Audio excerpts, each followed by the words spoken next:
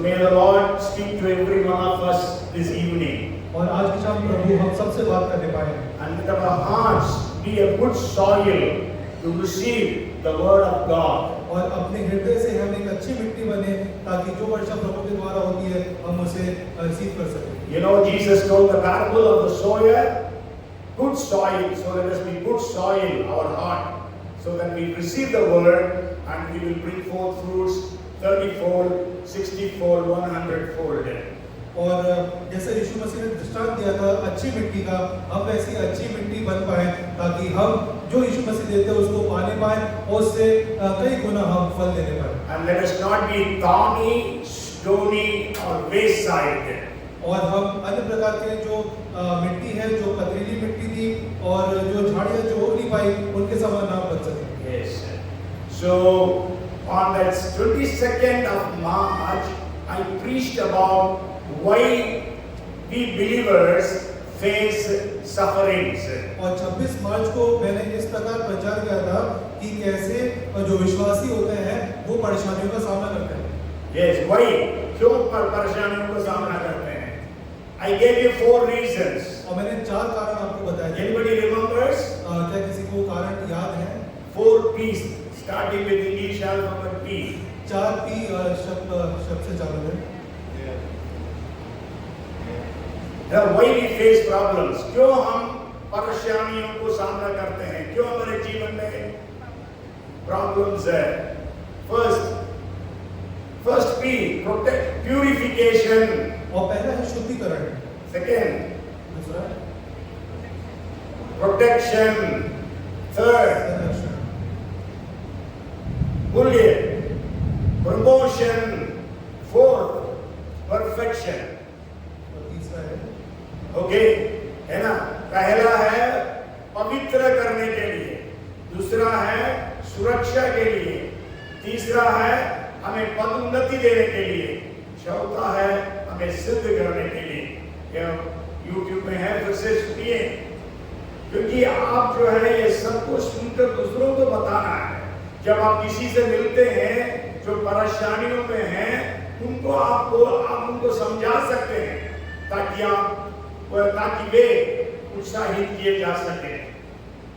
Okay, so today my message is, और आज का मेरा संदेश है what to do when we face problems, sufferings. और जब हम पीड़ाओं से गुजरते हैं, परेशानी से गुजरते हैं, तब हमें क्या करना चाहिए। Okay, so I want to just share some of those things. I got 7 points. I don't think I will be able to share all those points. I believe by the time my time will end, I will be able to share at least 3 points. और मैंने 7 बिंदु इसके ऊपर बनाए हैं। बस समय को देखते हुए मुझे नहीं लगता कि 7 बिंदु पूरे हो पाएंगे। वह 4 बिंदु मैं आपके सामने साझा करने की कोशिश करूंगा जैसा समय अनुमति देगा। Okay, so today maybe you are suffering. और आज आप पीड़ाओं से गुजर रहे हैं। And you are praying, you are fasting, but still no breakthrough. और आप प्रार्थना कर रहे हैं, उपवास कर रहे हैं, मगर उसके आगे आपका काम नहीं हो रहा है। Yes, you are still disappointed and discouraged. और आप अभी भी आज निराश हैं। You feel, where is God? आप ये सोच रहे हैं कि प्रभु कहाँ है? Where is the love of God? और प्रभु का प्यार कहाँ है? Where are the promises of God? और परमेश्वर ने जो वायदे किए वो कहाँ है? So we tend to question God. और हम परमेश्वर से सवाल करते हैं। You know, when the disciples were traveling with Jesus on the boat, और जब जो चेले थे वो यीशु मसीह के साथ नाव में जा रहे थे, Jesus said, "Let us go to the other side." और यीशु उनसे कहते चलो दूसरी तरफ चलते हैं। But on the way there was a big storm, और उसके बीच में एक बड़ा सा तूफान आया, so they were about to drown. वो डूबने वाले थे। But Jesus was sleeping, यीशु वहाँ पे सो रहे थे। so they came to Jesus and woke him up. और वो यीशु के पास है, उनको उठाया उन्होंने। And then they said, "Lord, you are perishing, or don't you care for us?" और कह रहे कि प्रभु आप आराम कर रहे हैं, क्या हम लोग नाश पे जा रहे हैं, आपको चिंता नहीं है। So today you also may be in the same situation. और हो सकता है आज भी आप ऐसी परिस्थिति में हो। You are also going through sufferings. There is storm in your life. और आप भी ऐसी पीड़ाओं से गुजर रहे हैं, एक तूफान आपके जीवन में आना So है you are praying unto God. और आप प्रभु से प्रार्थना कर रहे हैं No answer. और कोई जवाब नहीं आ रहा Then you are telling God, God, don't you care for us? और आप ये प्रश्न पूछे, हे प्रभु क्या तुझे हमारी चिंता नहीं है? You know, the book of Psalms is called as Songs of Praise. जो भजन संहिता की पुस्तक है वो भजनों की पुस्तक, परमेश्वर की स्तुति की पुस्तक कहलाती है। Yes, you know, in Hebrew, the title is Sefer Tehillim. That means book of praises. और हिब्रू में इसका मतलब है सफेद तेरेहिम, जिसका मतलब है स्तुति प्रशंसा की किताब है। Yes. But I want to tell you, in that book of Psalms, और मैं आपको बताना चाहता हूँ कि इसी भजनों की पुस्तक में how many Psalms are there? कितने भजन हैं? 110. 150. Very good. Out of 150 Psalms, 49 Psalms are suffering Psalms. और 150 भजनों में से 49 भजन जो हैं वो पीड़ाओं के भजन हैं। Yes, because the authors of those Psalms, David and other authors, they were going through very severe problems. क्योंकि उस समय दाऊद और अन्य लेखक जो इस भजन के हैं वो समय बहुत सारी पीड़ाओं से गुजर रहे थे। Yes, so you also may be going through. और हो सकता है कि आप भी वैसे गुजर रहे हो। And you know, we cannot read all those Psalms. I will just give you a gist of 3 verses that is found in the Psalm 77, verses 7 to 9. और मैं वो सारे तो आपसे साझा नहीं कर सकता, पर मैं कुछ उसमें से आपको बताना चाहता हूँ। और मैं आपको बताना चाहता हूँ भजन संहिता 77 और उसका 7 to 9. 7 से 9। He says, will the Lord cast off forever, and will he be favorable no more? As his mercy ceased forever, as his promise failed forevermore, as God forgotten to be gracious, as he in anger shut up his tender mercies. क्या प्रभु युग युग के लिए छोड़ देगा, फिर कभी प्रसन्न न होगा? क्या उसकी करुणा सदा के लिए जाती रही? क्या उसका वचन पीढ़ी पीढ़ी के लिए निष्फल हो गया? क्या परमेश्वर अनुग्रह करना भूल गया? क्या उसने क्रोध करके अपनी सब दया को रोक रखा है? Yes, so what we read here, the psalmist was going through such severe problems. और यहाँ हम देखने पाते हैं कि जो भजन लिखने वाला है वो पीड़ाओं से गुजरता हुआ जा रहा है। His problems were so severe, और उसकी पीड़ा इतनी बड़ी है, so he is telling God 6 questions he is asking. और 6 सवाल वो यहाँ परमेश्वर से पूछ रहा है। What are the questions? क्या सवाल है वो? He says, will the Lord cast off forever? क्या प्रभु युग युग के लिए छोड़ देगा? Yes. God says, I will never leave you nor forsake you. और परमेश्वर कहते हैं मैं तुझे कभी ना छोड़ूंगा ना कभी त्यागूंगा। But here the psalmist is telling, Lord, you have forsaken us. और यहाँ भजन लिखने वाला बोल है, हे प्रभु क्या तूने मुझे छोड़ दिया? And then it says, will you be favorable no more? और यहाँ फिर पूछता है फिर कभी प्रसन्न ना होगा? Okay, but then the Bible says in 26:9 of Leviticus, I will look upon you with favor, I will make you fruitful and multiply you and confirm my covenant with you. और लय व्यवस्था 26 उसके 9 में ऐसा लिखा है, लय व्यवस्था 26:9, और मैं तुम्हारी ओर कृपा दृष्टि रखूंगा और तुमको फलवंत करूंगा और बढ़ाऊंगा और तुम्हारे संग अपनी वाचा को पूर्ण करूंगा। Yes, then here the psalmist is saying, will you be favorable no more? और यहाँ पे भजन लिखने वाला बोलता है क्या फिर तू कभी प्रसन्न ना होगा? And then he says, as his mercy ceased forever. और उसकी करुणा सदा के लिए जाती रही। But then the Bible says, 136th Psalm, it says 26 times his mercy endures forever. और 136 भजन में 26 बार कहा गया है कि तेरी करुणा सदा की है। Yes. है ना? Again and again God is saying His mercy endures forever. His mercy endures forever. और बार बार परमेश्वर कहते हैं कि करुणा सदा की है, करुणा सदा की है। And then He says, as His promise failed forevermore. और उसका वचन पीढ़ी से पीढ़ी के लिए निष्फल हो गया। Yes, means God has given us promises. इसका मतलब परमेश्वर ने हमें वायदे दिए हैं। 2 Peter 1:4 says God has given us exceeding great and precious promises. और दूसरा पत्रस 1:4 में ऐसा लिखा है कि परमेश्वर ने हमारे लिए बहुत ही बड़ी और बहुमूल्य प्रतिज्ञाओं को दिया है। But here He is saying, you see that your promises are failed. और यहाँ वो प्रश्न पूछता है कि क्या आपकी वायदाएं असफल हो गई? और या हम जानते हैं परमेश्वर का वचन में लिखा है 23:19 ऑफ नंबर्स, और हम जानते हैं 23:9 गिनती में ऐसा लिखा है 23:19 says God is not a man to lie, nor a son of man to change, as He promised and not fulfill it, as He given His word and not do it. 23:19 ईश्वर मनुष्य नहीं कि झूठ बोले, और न वह आदमी है कि अपनी इच्छा बदले।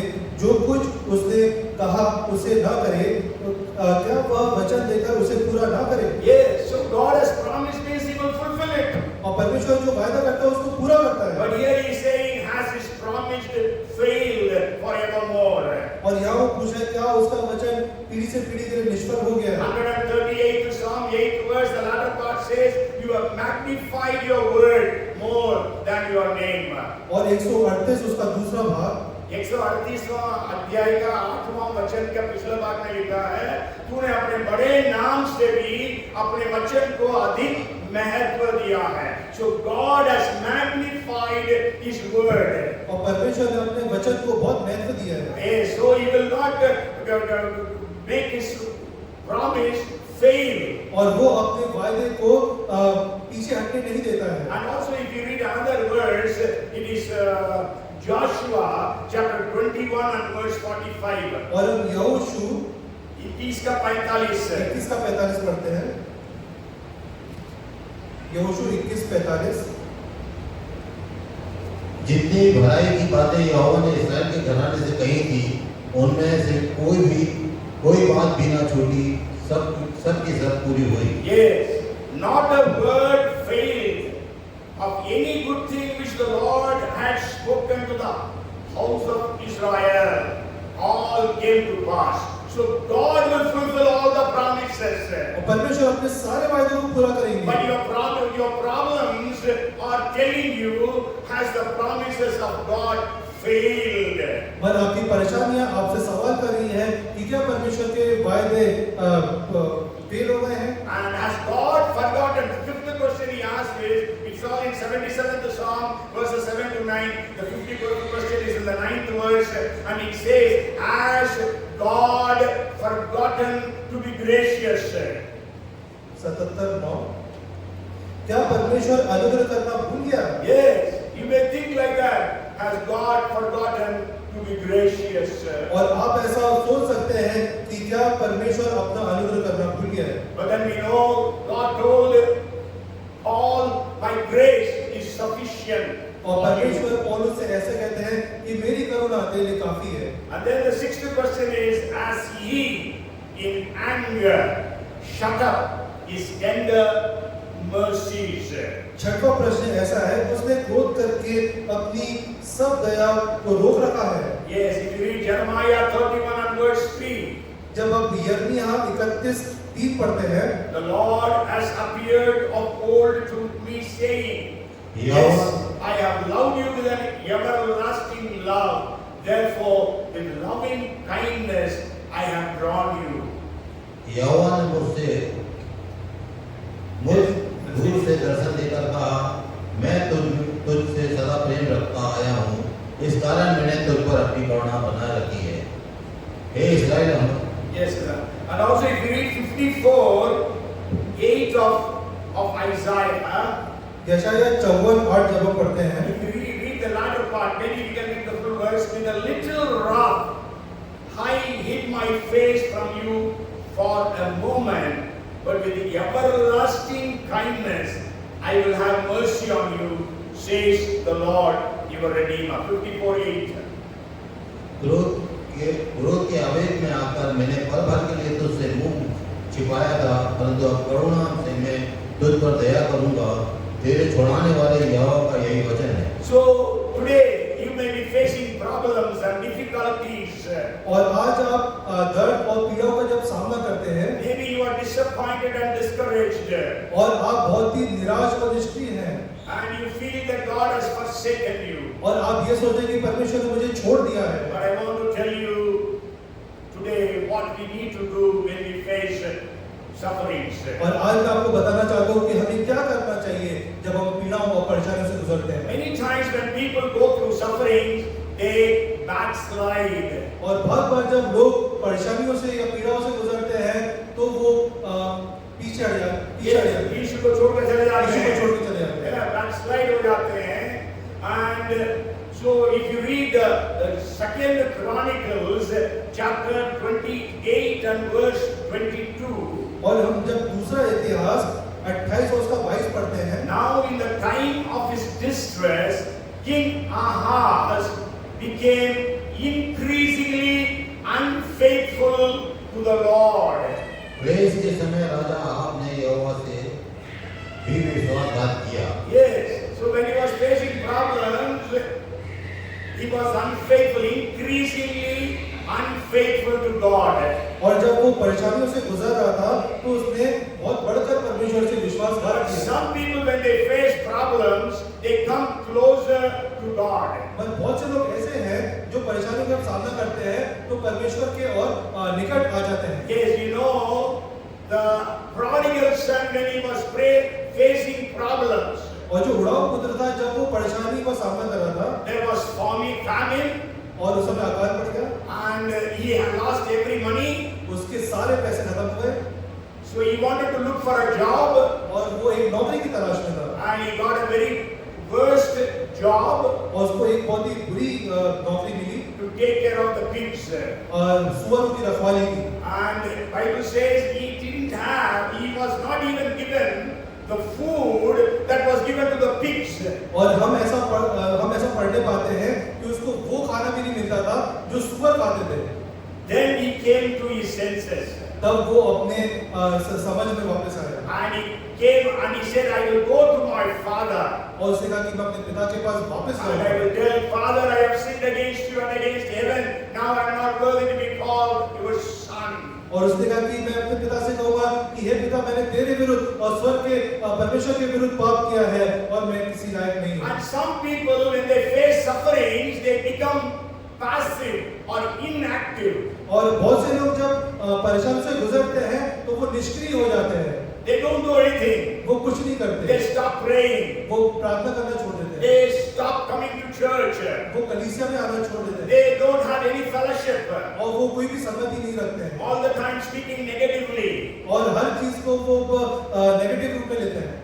And if you read in the book of Joshua chapter 7 verses 6 to 9, और जब यहोशू की पुस्तक उसका 7 और उसके 6 से 9 में जब पढ़ते you हैं, go home and read. घर जाकर पढ़िए, You know, in the 6th chapter, they had a very great victory against Jericho. ये 6वें अध्याय में हम पढ़ने पाते हैं कि यरीहो के ऊपर उन्होंने बहुत अच्छी विजय प्राप्त करी। Yes. But in the 7th chapter, they were fighting a small city called Ai. और 7वें अध्याय में हम देखने पाते हैं कि ये जो कि बहुत छोटा साम्राज्य था उसके विरुद्ध उनको पराजय मिलती है And they were defeated. और वो हार जाते हैं। When they were defeated, what did Joshua do? जब वो पराजय का सामना करते तब यहोशू क्या करता है? He came and fell before God. और वो आधा घुटने के बल परमेश्वर के सामने गिर जाता है And from morning till night, evening, he was there on his face before God. और सुबह से शाम तक वो अपने घुटने के बल गिर के परमेश्वर के सामने रहता है। मुख्य बंदर के अंदर, you know, he was thinking and he was questioning God, why have you done this? और वो परमेश्वर के सामने बोल रहा था कि हे परमेश्वर, हम क्यों आ रहे हैं? नहीं, क्यों आपने ऐसा किया? क्यों आपने ऐसा किया? But what did God answer? परमेश्वर ने क्या उत्तर दिया? Only in the evening God said, Joshua, arise. और संध्या को परमेश्वर ने कहा, हे जो यहोशू उठ।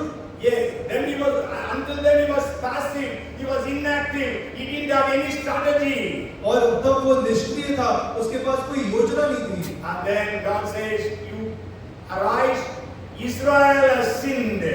और उठ और ये जान कि इज़राइल ने पाप किया है। And then we know Achan was stoned to death. उसका हम जानते हैं कि अकान को पथरवा करके So मारा। maybe you go through sufferings and you have become very passive. और हो सकता है कि आप पीड़ाओं से गुजर रहे हो और आप निष्क्रिय हो गए हो You don't have any faith now. और आपका कोई विश्वास नहीं है You don't think that God can perform miracles for you. और आप ये विश्वास नहीं करते कि परमेश्वर आपके लिए कोई चमत्कार करेगा। I remember one of my friends. और मुझे एक दोस्त की याद है। He was from Tamil Nadu. He was a missionary along with me in Bihar. वो तमिलनाडु से थे और वो मेरे साथ सेवकाई में थे बिहार राज्य में। And you know, when he was in Tamil Nadu, he has seen lot of healings and miracles taking place. जब वो तमिलनाडु में थे तो उन्होंने बहुत सारी चंगाइयाँ और परमेश्वर की सेवकाई को देखा। And when he came to Bihar, जब वो बिहार आए, there also a lot of miracles happened. और वहाँ भी बहुत सारे चमत्कार And हुए। every day he used to cycle 40-50 kilometers. और हम 40 से 50 किलोमीटर साइकिल से जाते थे। नहीं, हम नहीं, वो जाता था 40-50 kilometers. He used to go and preach in the villages. और वो जाता था और गाँव जाके प्रचार करते थे। And what happened was, he didn't get even a single soul. और ऐसा हुआ कि उनको एक भी आत्मा वो जीतने नहीं पाए। And instead, he was, those days, he was suffering, he was attacked with TB. और उन दिनों में उनको टीबी की बीमारी लग गई। Then he thought, God cannot use me. और उसके बाद उन्होंने सोचा कि प्रभु अब मुझे इस्तेमाल नहीं करेगा। He will do every other ministry. We used to conduct meetings, so he will organize everything. But he completely lost faith that God can use him. God will perform miracles. बाकी जितनी भी काम थे वो सब करते थे, जैसे आप मीटिंग्स वगैरह करते थे, उनका पूरा संचालन वगैरह वो करते थे, पर उनके मन में ये था कि परमेश्वर मेरे जीवन में काम नहीं करेंगे। Until the end, he didn't have that faith. और अंत तक वो विश्वास उनके अंदर आ ही नहीं पाया। So many times when you go through such problems, we lose our faith and become passive. और बहुत बार जब हम पीड़ा और परेशानी से गुजरते हैं, तब हम अपना विश्वास खो देते हैं और हम निष्क्रिय हो जाते हैं। Okay, this is for an introduction. I have shared these things. और ये सब बताने के लिए मैंने आपके सामने ये चीजें रखी। Okay, so now what to do when we face sufferings? और हमें क्या करना है जब हम पीड़ाओं का सामना करते हैं? First thing is, don't stop loving God. सबसे पहली बात है कि परमेश्वर से प्रेम करना ना छोड़ें। That's what the verse we read in the beginning at the Bible reading, Romans chapter 8 verses 35 to 39. और यही हमने बाइबल पाठ में अभी पढ़ा, रोमियो 8 उसका 35 to 39। You go home and read that passage again. आप घर जाएं और इस वचन को वापस से पढ़ें। He says, nothing can separate me from the love of Christ. और वहाँ कहा गया कि कोई भी चीज हमको परमेश्वर के प्रेम से अलग नहीं कर सकती है। You know, he writes 17 things there. और वहाँ पे उसने 17 चीजों का जिक्र करा है। Yes, there are 35 to 39. 35 से 35 to 39। We are not going to read because otherwise it will take a lot of time. हम उनको पढ़ेंगे नहीं क्योंकि बहुत समय Go हो home and write down those 17 things he says. घर जाएं और इन सबको पढ़ें। And none of us have gone through even one or two of those problems he is saying. और जहाँ भी जितने भी परेशानियों का आपने जिक्र किया है, मैं नहीं समझता हूँ कि हम उसमें से एक या दो भी परेशानी से गुजरे होंगे। Okay, not only that, if you go to 2 Corinthians chapter 11 verses 23 to 28, 27. और जब हम दूसरा कोरिन्थियों 11 और 27 से 23 से 27 पढ़ते हैं, there again he says about 25 kinds of sufferings he went through. और वहाँ हम देखते हैं कि 25 प्रकार की sufferings है। 25 प्रकार के पीड़ाओं से वो गुजरे थे। Yes. And he says nothing can separate us from the love of Christ. और उसके बाद भी बोलते हैं कि कोई भी चीज हमें मसीह के प्रेम से अलग When नहीं you कर face sufferings, can you be able to say nothing can separate me from the love of Christ?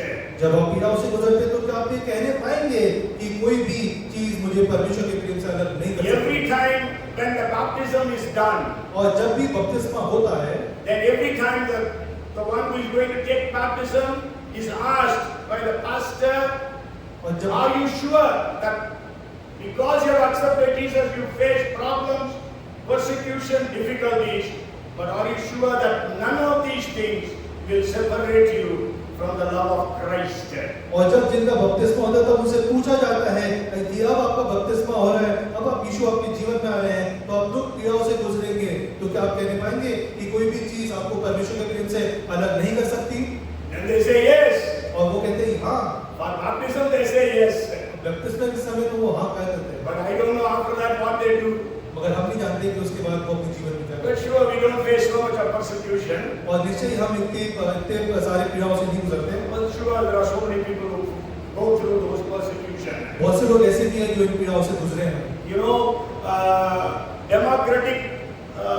DRC, Democratic Republic of Congo, is a country in Africa.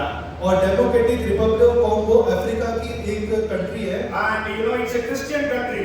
और वो एक ईसाई देश है। And you know, they also they qualified for World Cup. They even entered into 32, but then I think they lost in that pre-quarter-final match. They lost, I think so. Anyhow, what I want to say is, last week, these Muslim terrorists went and beheaded 28 Christians. और पिछले हफ्ते मुस्लिम जो आतंकवादी थे वहां घुसे और उन्होंने 28 क्रिश्चियंस के वहां पे सर कलम कर दिए। So people face such problems. और लोग परेशानी का सामना करते हैं। You know, even our Vidisha man, still he and his wife are in the prison. और जो विदिशा के दंपति थे सेवकाई वाले वो अभी भी जेल खाने में हैं। Yes, from 25th of December. 25 दिसंबर में जैसा हम जानते हैं। Andreas Bang and his wife. Okay, so we should continue to love God, whatever may be our problems. इसलिए हमें निरंतर परमेश्वर से प्रेम रखना है, भले हम कितनी भी दुख पीड़ाओं से गुजर रहे हो। You know, Peter denied Jesus. हम जानते हैं कि पतरस ने यीशु का इनकार किया था, But after resurrection, Jesus asked Peter. मगर पुनरुत्थान के बाद यीशु पतरस से पूछते हैं, 3 times he asked. 3 बार उन्होंने पतरस से पूछा, शिमोन, योना के पुत्र शिमोन, क्या तुम इन सबसे बढ़कर तुम मुझे प्रेम करते हो? Simon, son of Jonah, do you love me above all these? 3 times Jesus asked. 3 बार यीशु ने ऐसा पूछा। Jesus did not ask him, Peter, do you believe me still? उसने ऐसा नहीं पूछा कि पतरस तो अभी मुझ में विश्वास करता है। Jesus said, do you love me? यीशु ने पूछा क्या तुम मुझसे प्यार करता है? Because when we face sufferings, our love becomes cold. क्योंकि जब हम पीड़ाओं से गुजरते हैं तब हमारा प्रेम ठंडा पड़ जाता है। What we read about Job, अय्यूब के बारे में हम क्या पढ़ते हैं? if you read Job chapter 13 and verse 15, the first part, अय्यूब 13-15 जब हम पढ़ते हैं उसका पहला भाग, he says, even if he slays me, yet I will trust in him. Hindi में थोड़ा सा फर्क है उसका ट्रांसलेशन। वह मुझे घात करेगा, मुझे कुछ आशा नहीं, तो भी मैं अपनी चाल चलन का पक्ष लूंगा। Yes, मतलब हिंदी में पूरा उल्टा ट्रांसलेशन हो गया हिंदी, लेकिन मछली वाला बाइबल में सही ट्रांसलेशन हुआ। यदि वो मुझे घात भी करेगा, तो भी मैं उसके ऊपर भरोसा रखूंगा। Though he slays me, yet I will trust in him. Okay, and then we know the very famous words, that is Romans 8 and verse 28. और बहुत मशहूर पद हम जानते हैं जो कि रोमियो 8:28 में हमें मिलता And we है। know that all things work together for good of those who love God, to those who are called according to His purpose. हम जानते हैं कि जो लोग परमेश्वर से प्रेम रखते हैं उनके लिए ये सब बातें मिलकर भलाई उत्पन्न करती है, अर्थात उन्हीं के लिए जो उसकी इच्छा के अनुसार बुलाए हुए। So don't ever doubt God's love. कभी भी परमेश्वर के प्रेम के ऊपर आप शक न करें। शक न करें। And you continue to love Jesus. और यीशु से निरंतर प्यार करते रहें। Let no power on the world separate you from the love of Christ. कोई भी दुनिया की ताकत आपको यीशु के प्रेम से अलग ना करने पाए। And you know the very famous song, I have decided to follow Jesus, no turning back, no turning back. और जो मशहूर गाना है वो आप सब जानते हैं, यीशु के पीछे मैं चलने लगा, ना लौटूंगा ना लौटूंगा। You know, those days, all the 7 northeastern states were one and called Assam. उन समयों में जो 7 नॉर्थ ईस्ट के राज्य हैं वो इकट्ठे थे, उनका नाम असम कहलाया जाता था। And in Garo Hills, there was a tribe called Garo in today's Meghalaya. अच्छा, जो मेघालय राज्य है वहाँ पे गैरो हिल्स है, वहाँ पे उस समय गैरो जनजाति रहती थी। आज भी रहती है। आज भी रहती है। So they don't, जनजाति never shift places. है ना? So they are there still. So Welsh missionary, you know, there was a great revival in Wales, in England. और इंग्लैंड के जो वेल्स था वहाँ पे एक बहुत बड़ी एक क्रांति आई थी। बेदारी आई थी। क्रांति is revolution. We are looking to God for revival. Okay, so there was a revival. So many missionaries came to different countries of the world. और वहाँ से बहुत सारे जो मिशनरी थे वो अलग-अलग देशों में गए। And some came to northeast India. और कुछ जो है इंडिया के नॉर्थ ईस्ट राज्य हैं वहाँ And they preached the gospel, and one family in one of the villages accepted Jesus from Garo tribe. और वो आके के प्रचार करते थे और गैरो जनजाति में एक परिवार था जिसने यीशु को ग्रहण किया। And that man's name was Noxen Marak. और उस व्यक्ति का नाम था नॉक्सन Merak. And after he accepted Jesus, he was influencing others also to accept Jesus. जबकि उन्होंने यीशु को अपना लिया था तो वो औरों को भी प्रेरित करते थे कि वो यीशु को अपनाएं। So then the village headman, his name was Nokma, he got very angry. और जो गांव का मुखिया था नोकमा उनका नाम था, वो बहुत क्रोधित हो गए। And he called the entire village and this family also. और उन्होंने समस्त गांव वालों को और सबको एक जगह इकट्ठा किया और इन परिवार को बुलाया। And told Noxen, you deny Christ or else I am going to kill both your sons. और नेक्स्ट उनसे बोलते हैं कि तू यीशु का इनकार कर वरना मैं तेरे दोनों बच्चों को मार डालूंगा। Then he replied in Garo language.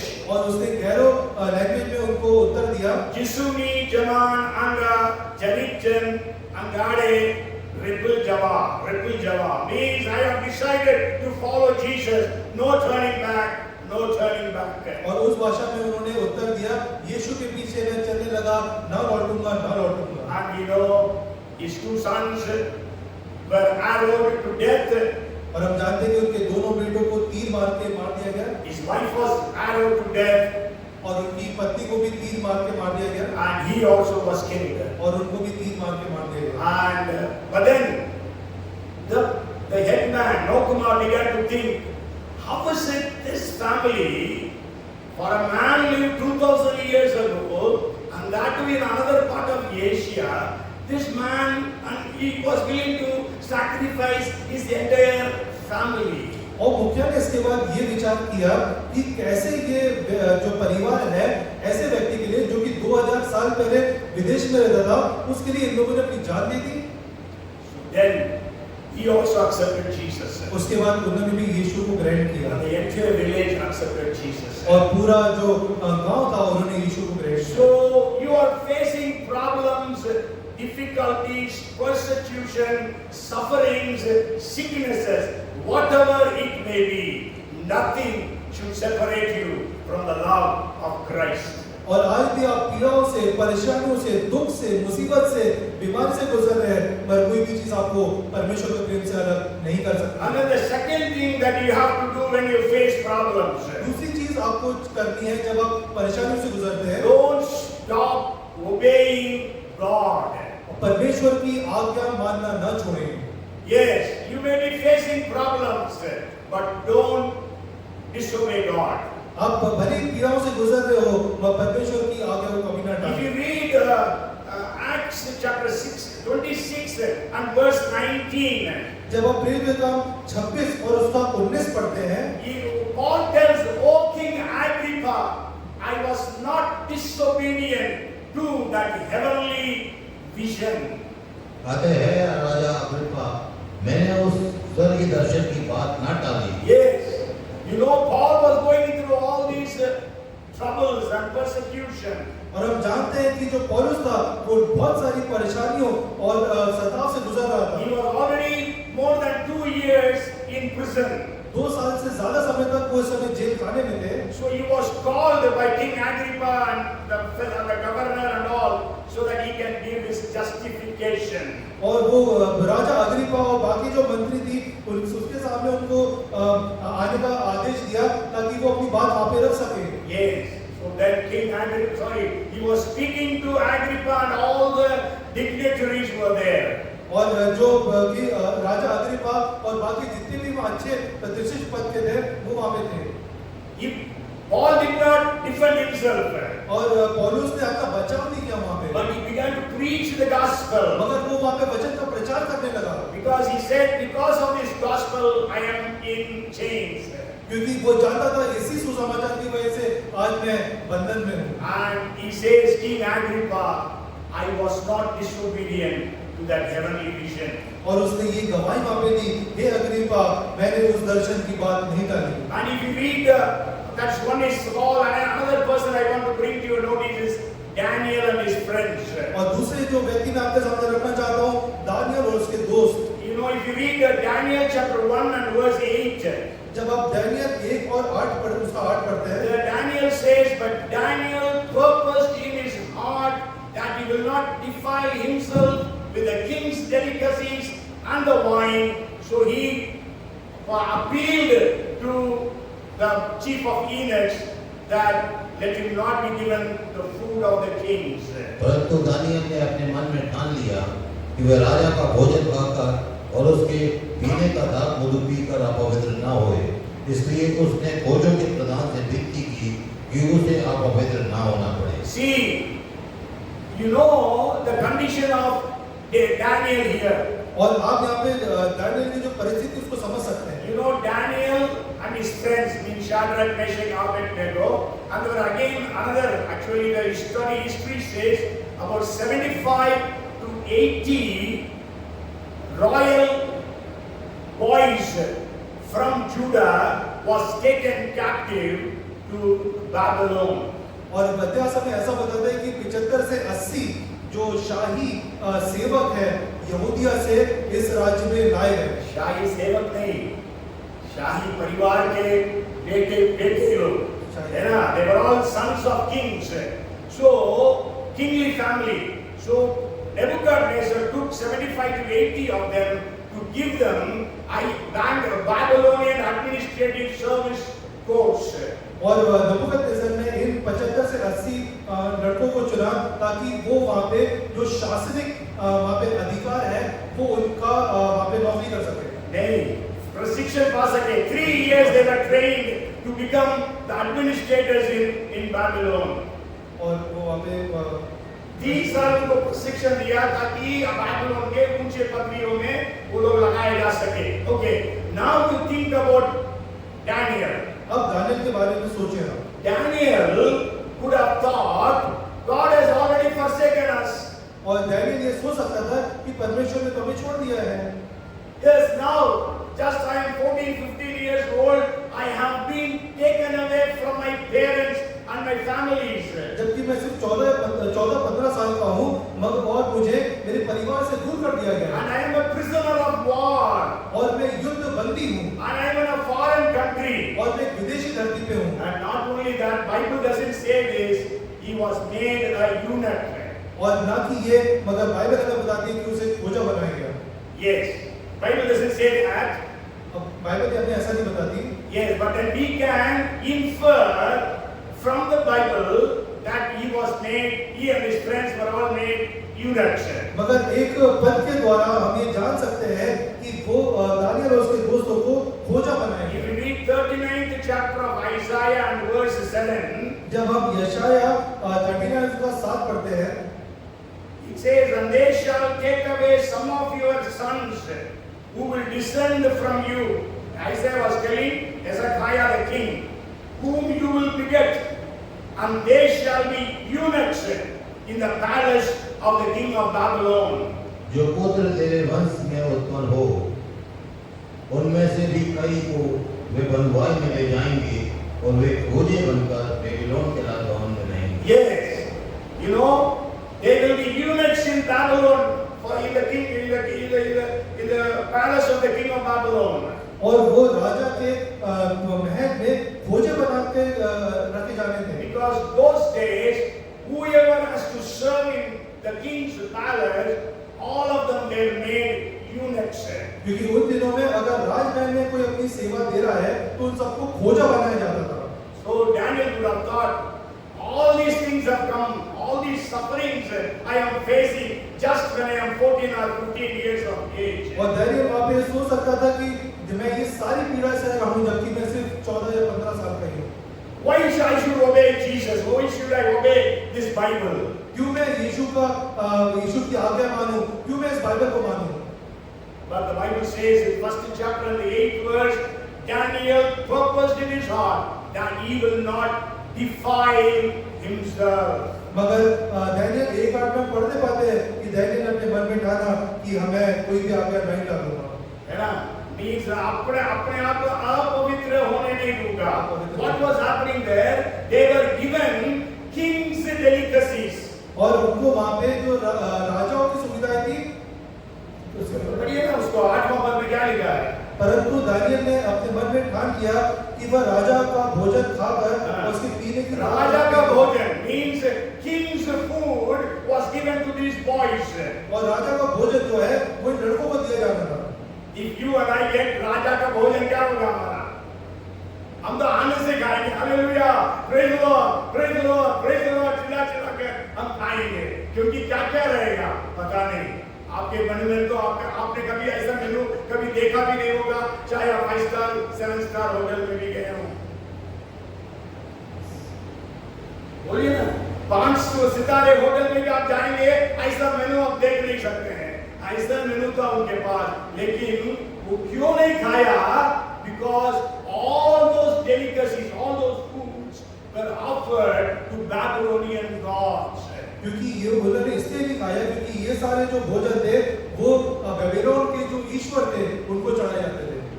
Bible says we should not take food offered to idols. Bible हमें बताती है कि जो भी मूर्ति के सामने खाना रखा गया उसे भी नहीं ग्रहण करना। And also it says that madu speaker, he will not defile himself with the wine of the king.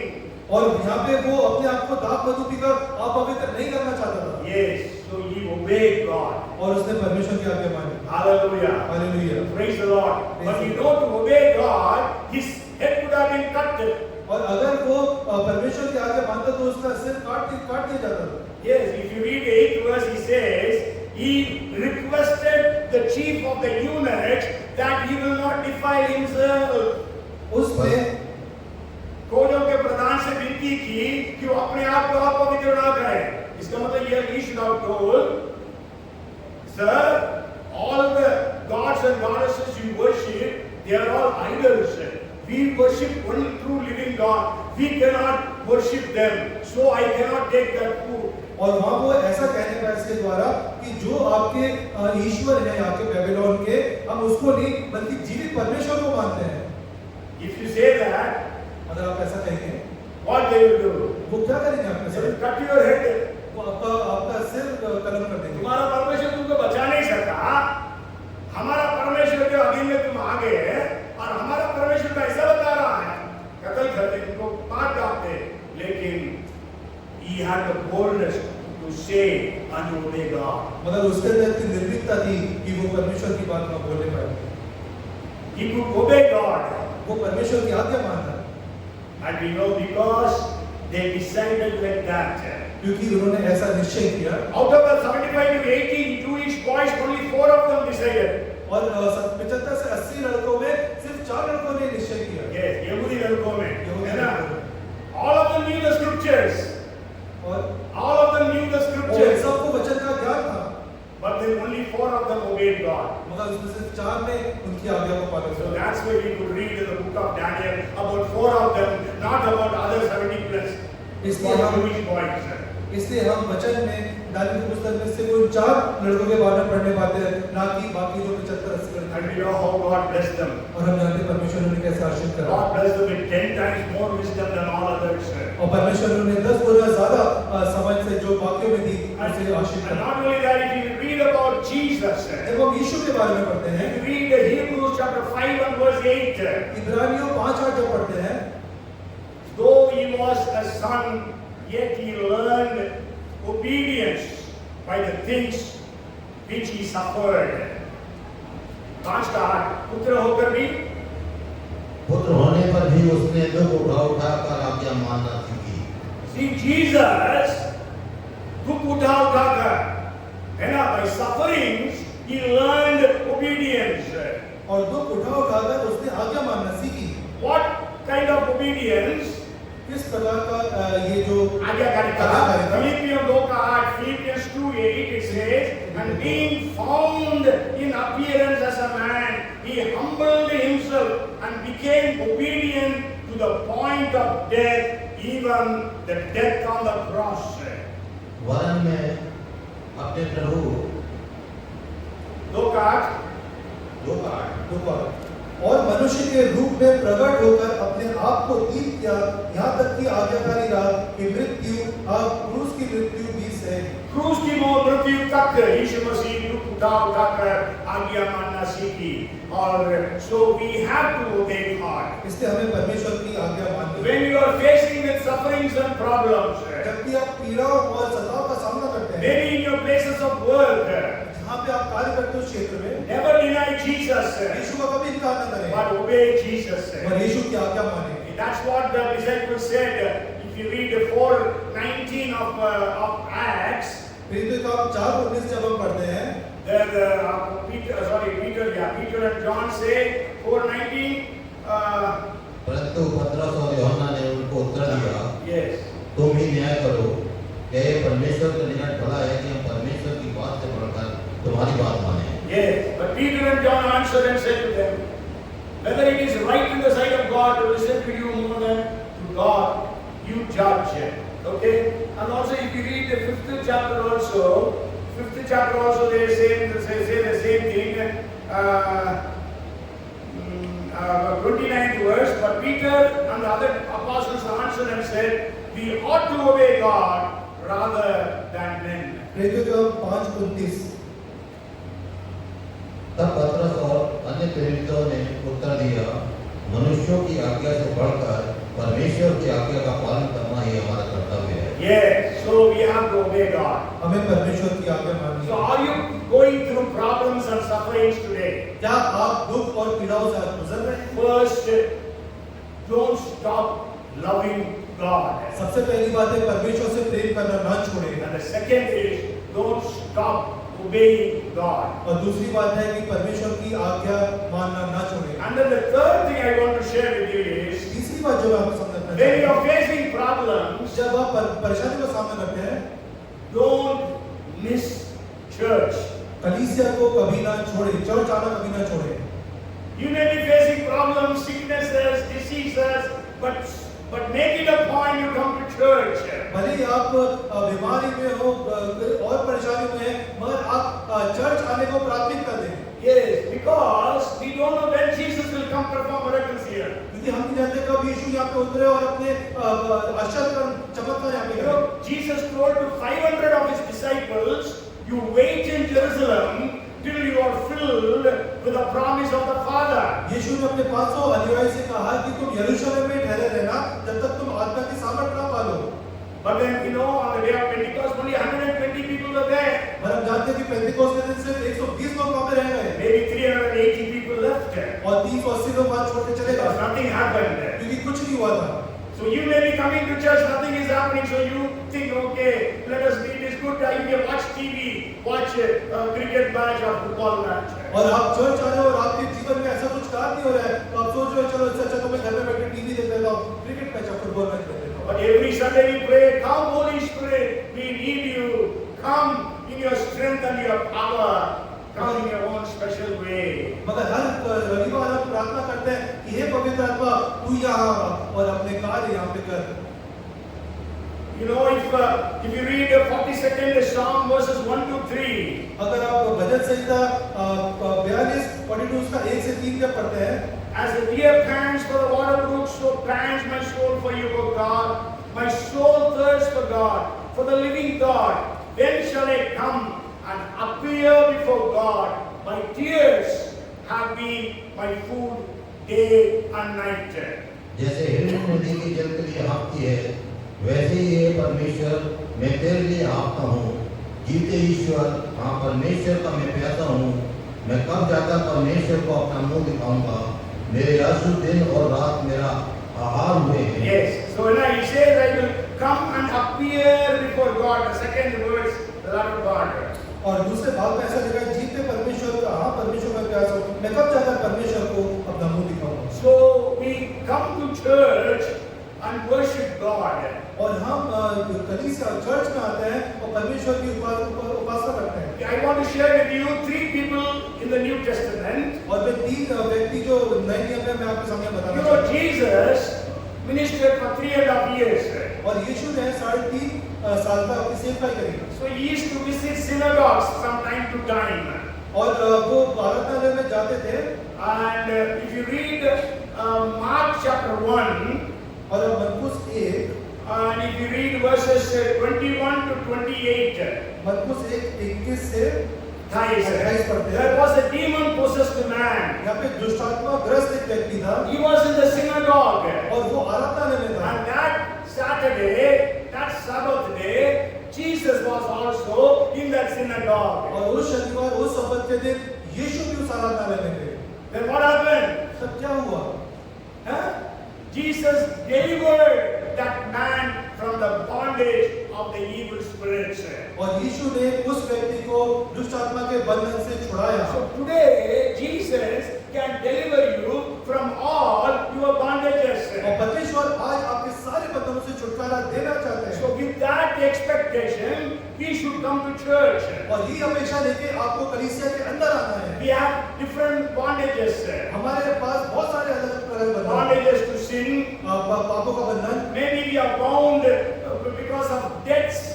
क्योंकि हो सकता है कर्ज का बंधन Okay, financial bondage. और आर्थिक रूप से बंधन, Maybe there is problem in the family. और हमारे परिवार में कोई बंधन है। So there are different bondages that we are going through. अलग अलग प्रकार के बंधनों से हम गुजर रहे हैं।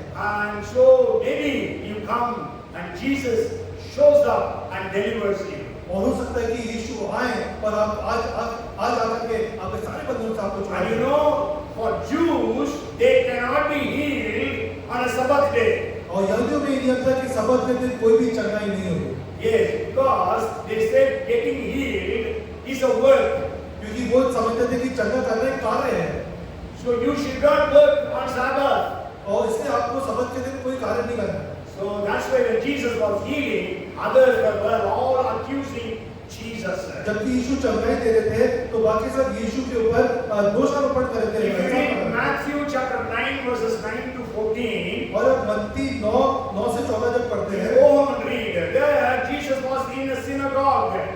और जब यीशु वहाँ आराधनालय में थे, Okay, that Saturday, Sabbath day, there was a man whose hand was withered and he was also sitting in the congregation. और वहाँ पे एक व्यक्ति ऐसा था जिसका हाथ सूखा हुआ था Yes. और वो वहाँ पे उस सभा में बैठा हुआ था। Then what did Jesus do? यीशु ने क्या किया? Stretch forth your hand. यीशु ने अपना हाथ आगे बढ़ा। Hallelujah. Hallelujah. He was healed instantaneously. और वो उसी समय वो उसको चंगाई Maybe the. you are going through sicknesses. Today, when you have come to church, Jesus can heal you. और हो सकता है कि आप बीमारी से गुजर रहे हो, आज भी आप कलीसिया में हैं और यीशु आपको उसे छुटकारा देंगे। Hallelujah. Hallelujah. Because we don't know what will Jesus do when.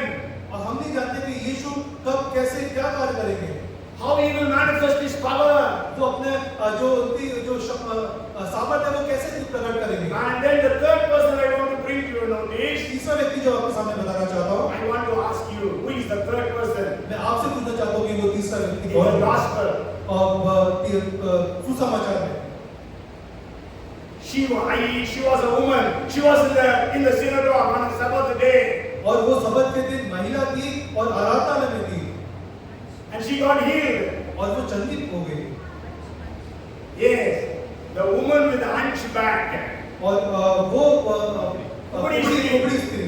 If you read 13th chapter of Luke verses 10 to 17. लूका 13:10 से 17। Okay, 10 to 13 we read about the healing happening there.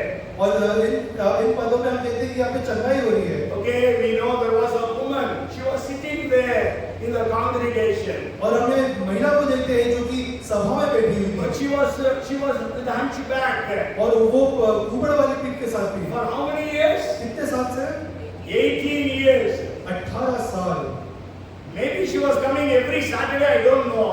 और हो सकता है कि वो हर शनिवार वहाँ आती होगी। I don't know. हमें नहीं पता। Bible doesn't say that. Bible ऐसा नहीं But बताता। then Jews are particular, they should go to synagogue on a Saturday. मगर यहूदी इसको बहुत कठोरता से पालन करते थे कि हर सब्त के दिन शनिवार को उनको आराधनालय जाना है। So since she was there, जबकि वो वहाँ थी, Jesus was also there. यीशु की वहाँ थे। Hallelujah. Hallelujah. Today we know Jesus said, "Where 2 or 3 are gathered in my name, there I am in their midst." और अब हम जानते हैं कि यीशु ने ऐसा कहा था, 2 या 3 भी मेरे नाम से इकट्ठे होंगे, उनके बीच में मेरी मौजूदगी रहेगी। Yes. And 18:20 of Matthew. 18 मत्ती 18:20। And also if you read Psalms 22 and verse 3, और जब हम भजन संहिता 22:3 पढ़ते Bible हैं, says God dwells in the midst of praises. स्तुतियों के बीच में विराजमान होता है। Okay, so today we were praising and worshiping God. और आज हम परमेश्वर की स्तुति आराधना करते हैं। And every Sunday we worship God. और हर रविवार हम परमेश्वर की स्तुति आराधना करते हैं। So then who is there? तो कौन है?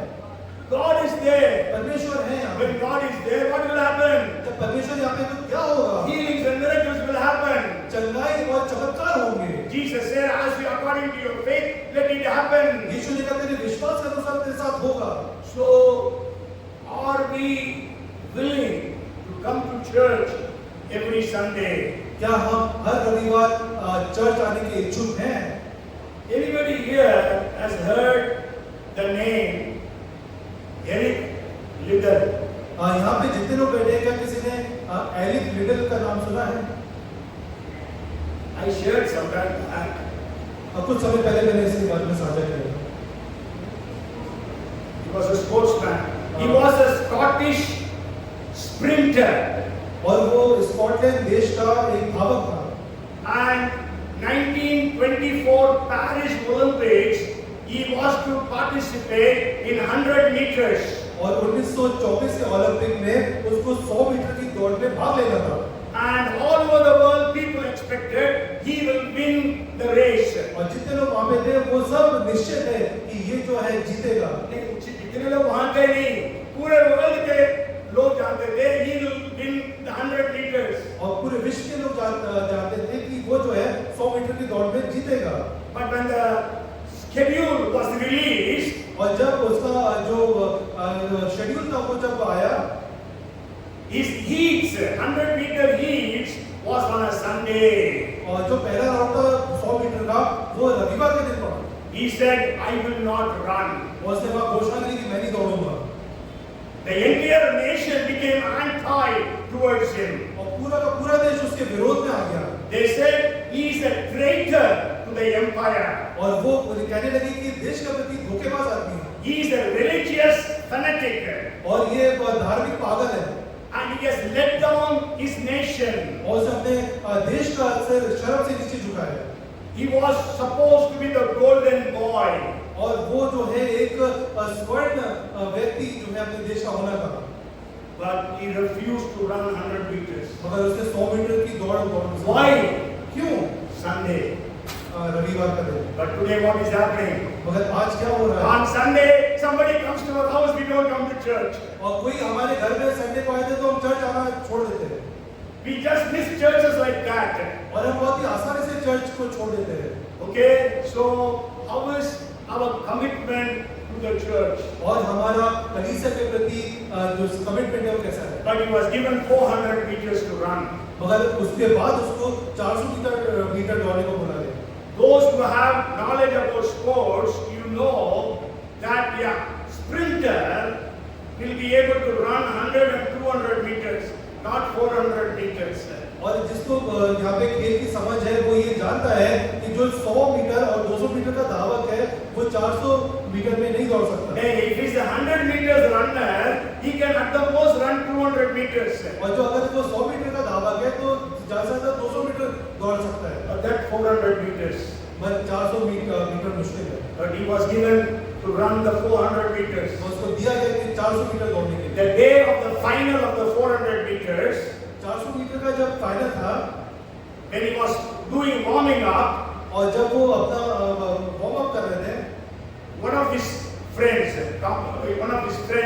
came and gave him a chicken. और उनका एक दोस्त आया और एक चिट्ठा उनको वहाँ पे दिया। When he opened it, जब उनने वो चिट्ठा खोला, it was written, "Him who has honored me, I will honor."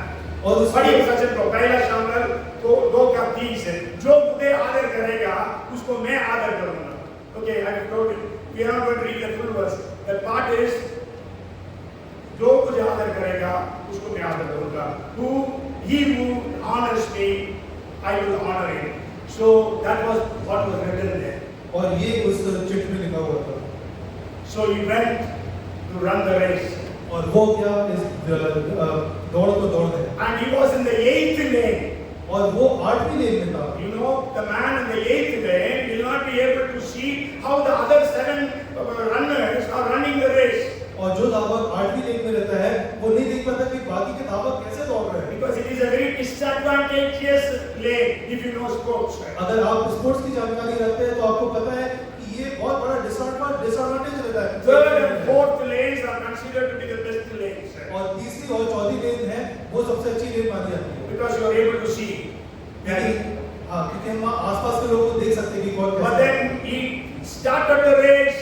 He looked up and began to run, and he got the world medal, and he broke the world record in 400 meters on the 11th of July 1924.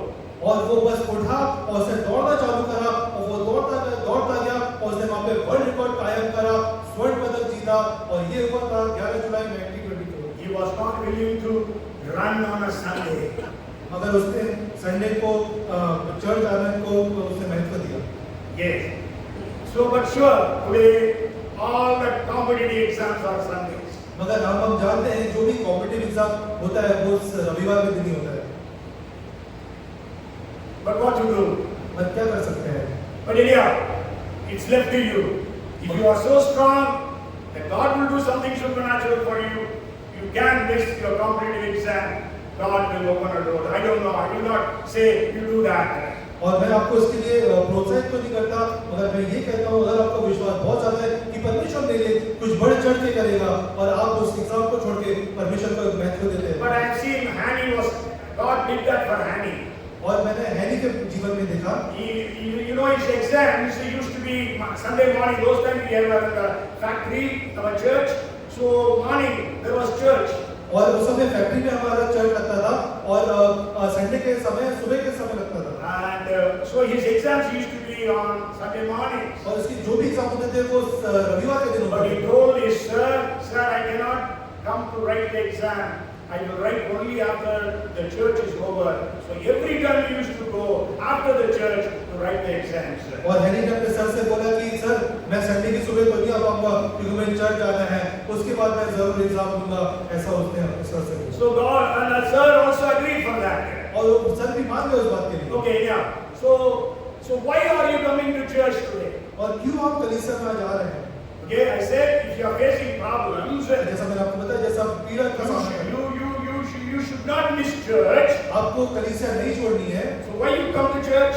हम क्यों church आ रहे हैं? If somebody asks you, क्या किसी ने आपको आने के लिए बोला? if anybody asks you why you come to church, what you will answer? कोई आपसे पूछेगा कि आप चर्च क्यों जा रहे हैं तो आपका जवाब क्या रहेगा? Because my mummy compelled me to come to church. Children, क्योंकि मेरी मम्मी बार-बार टोकती है कि तुम चर्च जाया करो, इसलिए मैं चर्च आता हूँ। that's why you come to church. क्या mummy papa. Maybe you said my husband or my wife compels me to come to church. और क्या आप ये कहने पाते हैं कि मेरा पति या मेरी पत्नी मुझे बार-बार टोकते चर्च आने के लिए, इसलिए मैं आता हूँ? Maybe you are coming to church to please me, the pastor. क्या हम चर्च इसलिए आते हैं ताकि हम पास्टर को खुश कर सकें? Otherwise, pastor will call and ask, वरना पास्टर मुझे फोन करके पूछेंगे क्यों नहीं है? is it that you are coming to give attendance? क्या आप यहाँ अपनी हाजिरी लगाने आए हैं? Why are we coming to church? हम कलीसिया क्यों आ रहे हैं? We come to church to show to God, God, you are my number one, now my priority in my life. हम ये बताने आ रहे हैं कि हे परमेश्वर, आप मेरी पहली प्राथमिकता है मेरे सारे कार्यों में। Yes, so that's why I come to church. इसलिए मैं चर्च आता हूँ। कुछ भी हो जाए, I will not miss church. Okay, so we come to church because we give importance to God. हम चर्च इसलिए आते हैं क्योंकि हम परमेश्वर को प्राथमिकता We देते हैं। come to church because we want to thank, praise and worship God. हम चर्च इसलिए आते हैं क्योंकि हम परमेश्वर की स्तुति, प्रशंसा और उसका धन्यवाद करते हैं। Yes, we come to church to receive the word of God. हम चर्च इसलिए आते हैं ताकि हम परमेश्वर के वचन की जो रोटी मिलती है उसको ग्रहण कर सकें। And we come to church because we want to have fellowship with one another.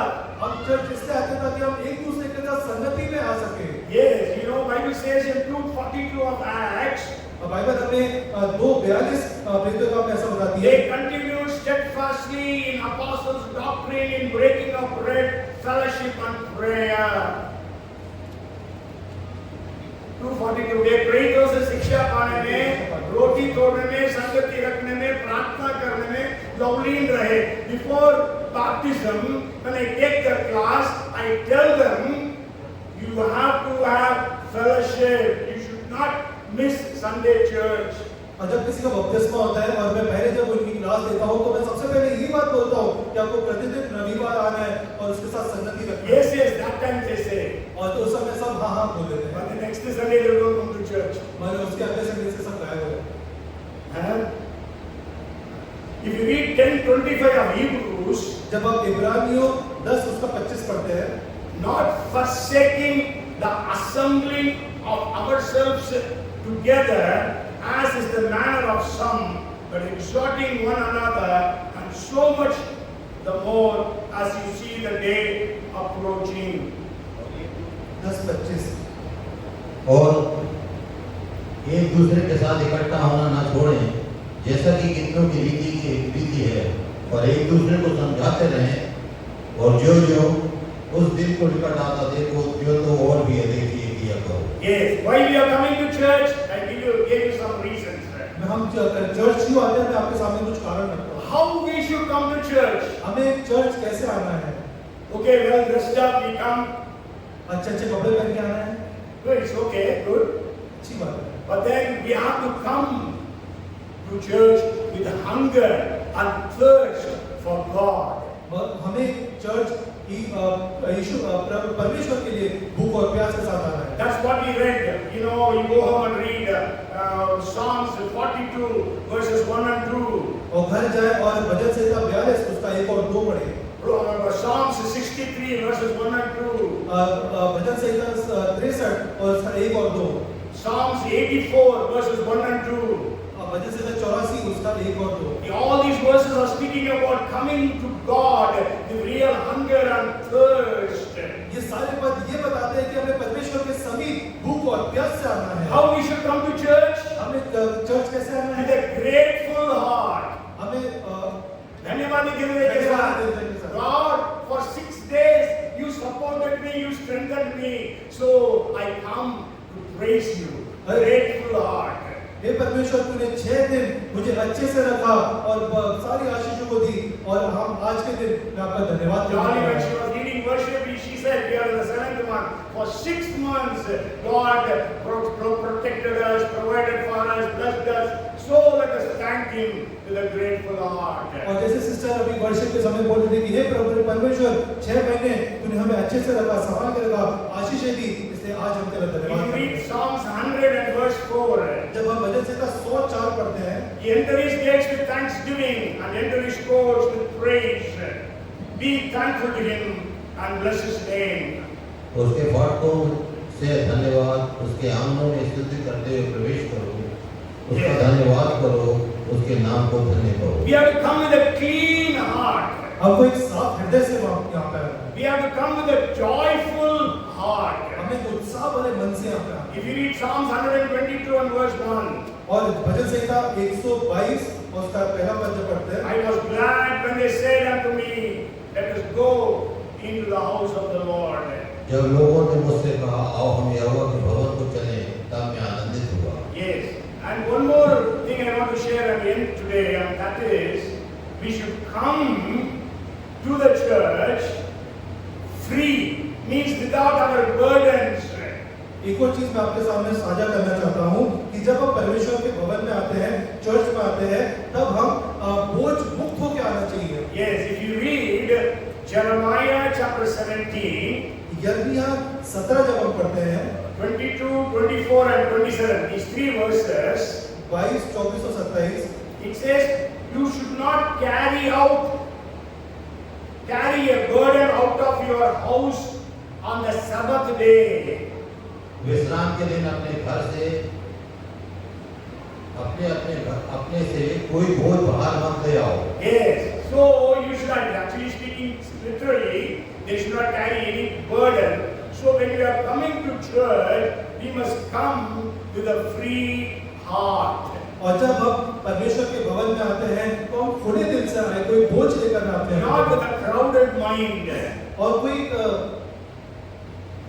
crowded mind मतलब भटकाना नहीं, मतलब आपका दिमाग में बहुत कुछ चल रहा है, मतलब you are not able to concentrate here. Okay, so anyhow, so today I have shared with you 3 points. और आज मैंने आपके सामने 3 बिंदु साझा किए। You are facing problems today.